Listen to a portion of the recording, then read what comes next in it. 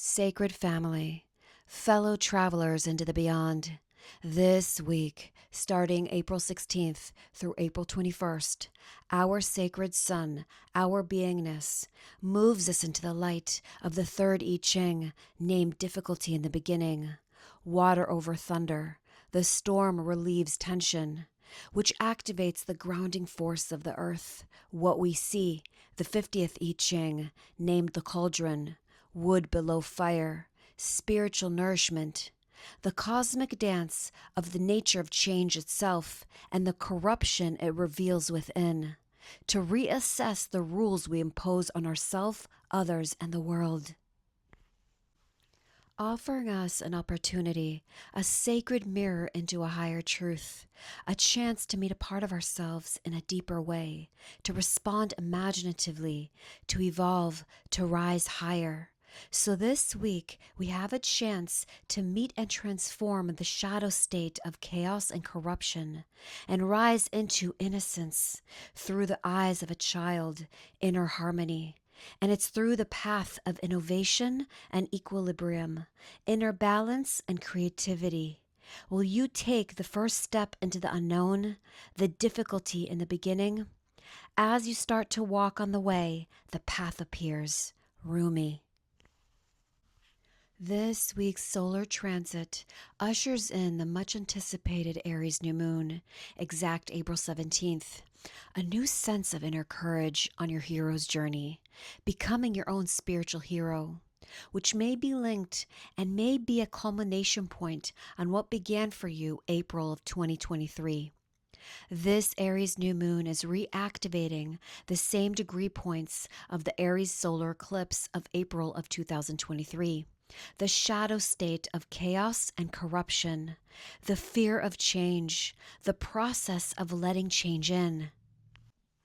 This Aries new moon is happening right after an exact conjunction with Chiron, the wounded healer, and Eris, the goddess of conflict, in the final degrees of Aries, signifying a maturity, a renewal of courage, a tipping point, a pivot point, rising above a deep wound we each have been moving through, especially since April of 2023. The core wound that is associated with our right to just exist in this human body. The Sabian symbol for 28 degrees of Aries is a large disappointed audience.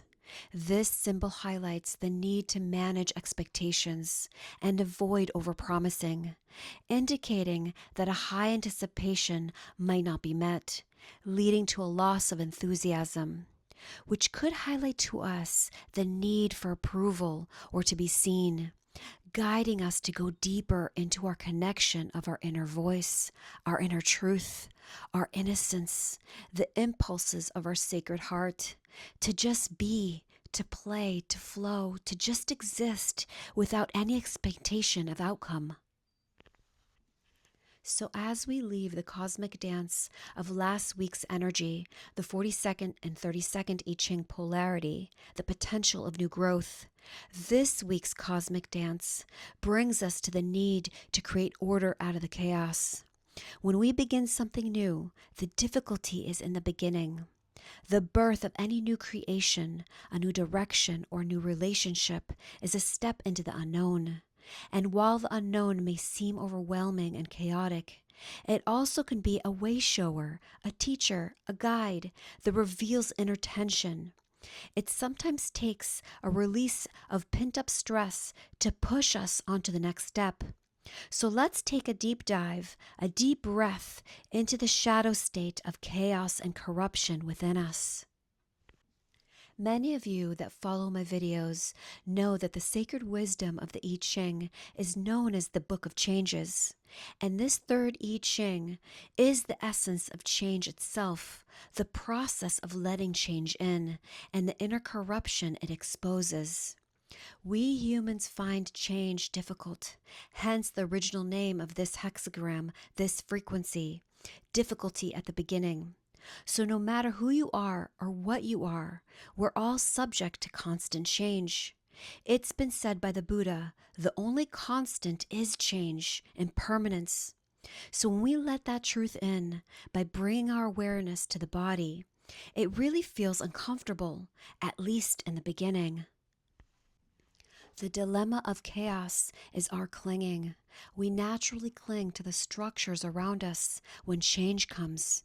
And that's because structures give us the illusion of security.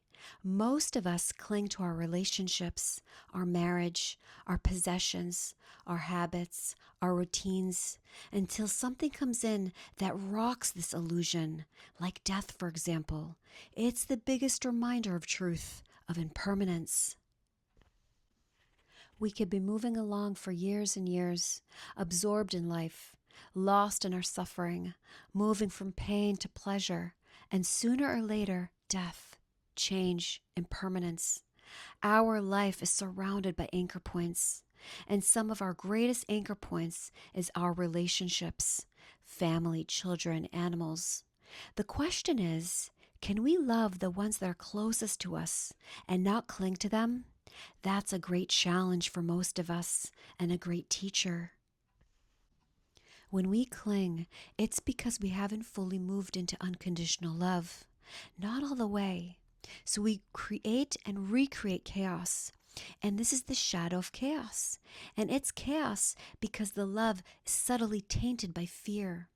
So take a look at your anchor points, your job, your relationships, your home, your body, all these things that give us the illusion of security, of stability. And when we feel threatened in losing one of these anchor points, it shows us the nature of our clinging. It's a teacher. It's showing us the hidden chaos inside. It reveals the chaos that is already within us, the inner corruption. Think about corruption in terms of a computer. The data on my hard drive was corrupted, so I lost everything.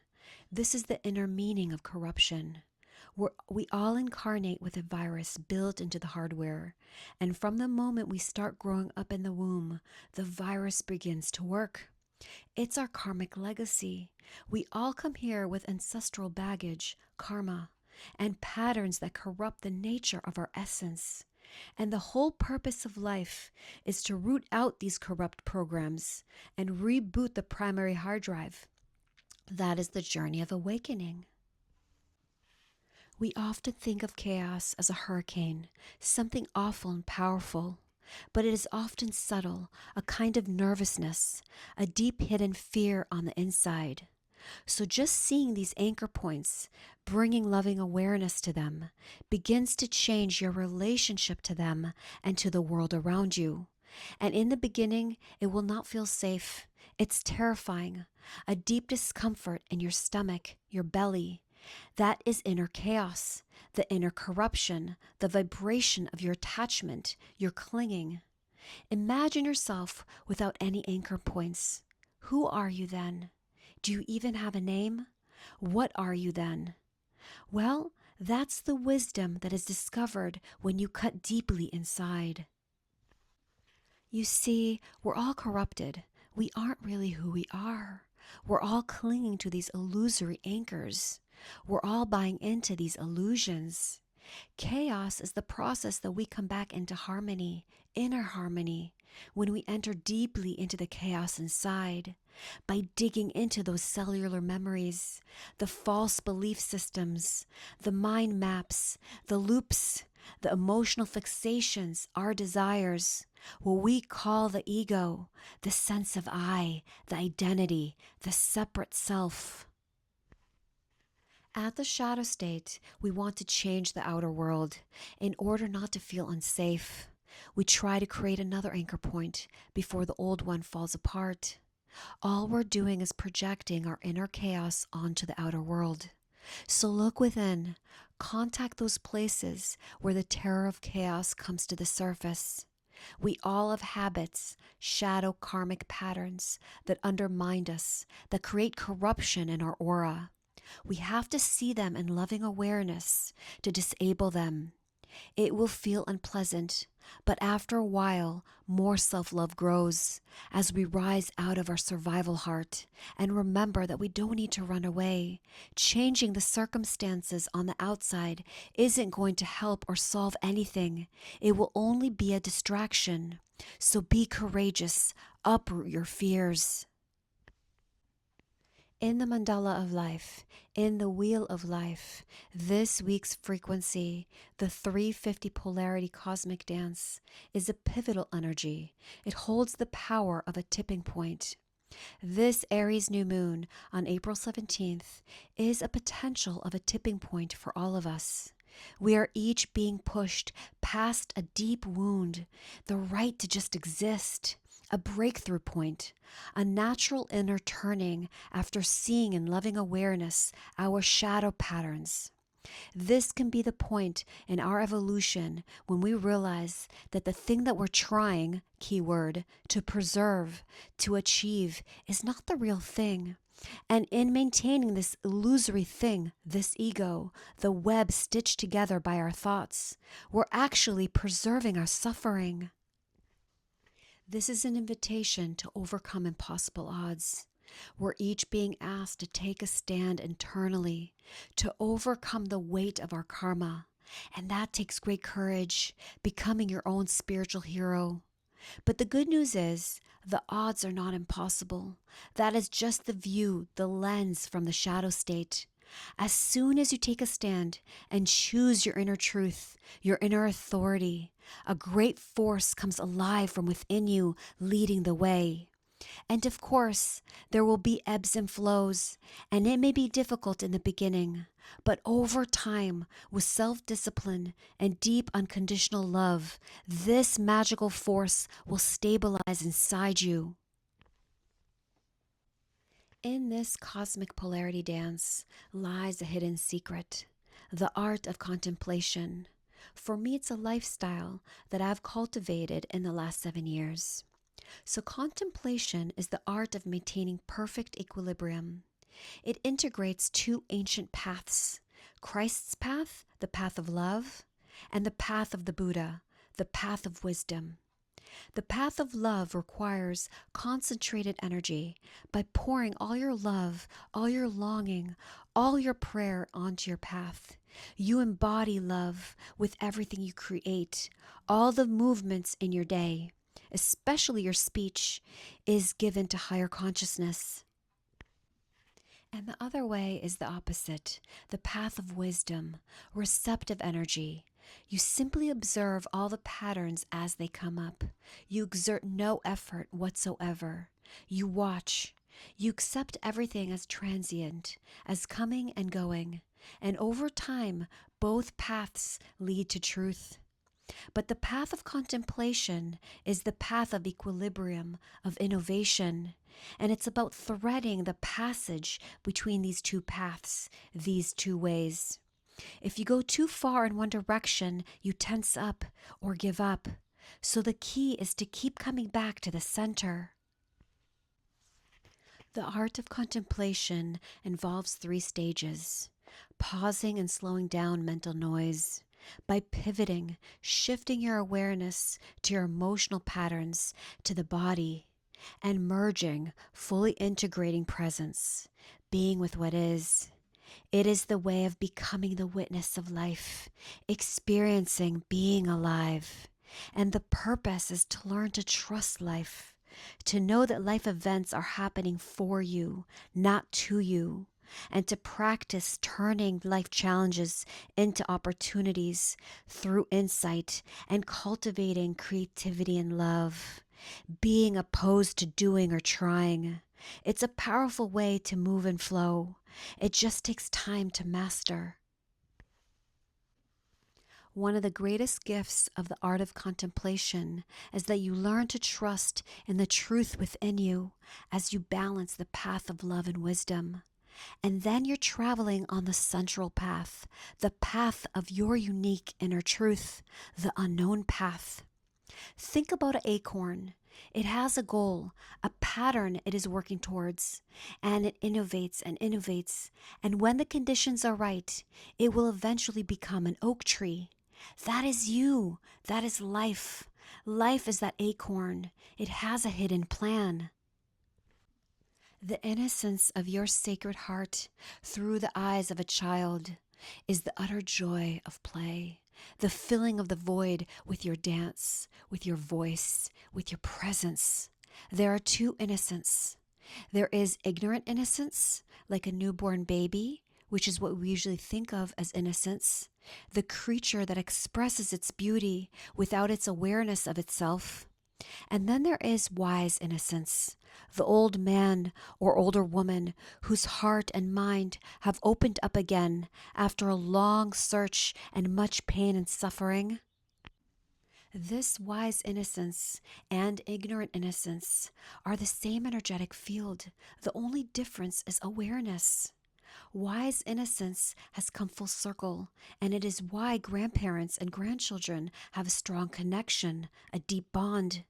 And the rest of us, well, we're the journey. We're the passage. We don't have to wait until we're old to be wise. Wisdom isn't dependent on age. Wisdom is dependent on love, unconditional love. It's found in the unknown by taking the unknown path, following the impulses of your sacred heart, your innocence through the eyes of a child. What may appear as chaos, as an obstacle, may be the nurturing necessary for blooming. Difficulties in the beginning is the nurture we need to help us see obstacles as opportunities rather than barriers. So how deeply can you love? How far can you expand your love into the meadows of life? Life is an unraveling. It's already complete, even though it's still in the process of unraveling. Yes, both can exist at the same time, the beginning and the end. We can be awake in the dream in the middle. You know the ending, but you also don't know how we'll get there. That is the mystery. That's the beauty. That's the play, the innocence through the eyes of a child. So the playfulness, the innocence, is an inner awareness rather than an outer awareness. So this Aries new moon is a cosmic balance, a tipping point, rising above a deep wound, an activation of a new empowered and healed version of your embodiment, a new human that unites left and right, masculine and feminine, that balances extremes, playfulness and disciplined, open and soft, a new sense of inner courage. Let the music of life dance through you. Let life live itself through you, being the loving witness, playfully taking the first step into the unknown. It's difficult in the beginning. As you start to walk on the way, the path appears roomy. Remember, love yourself and choose to be blessed.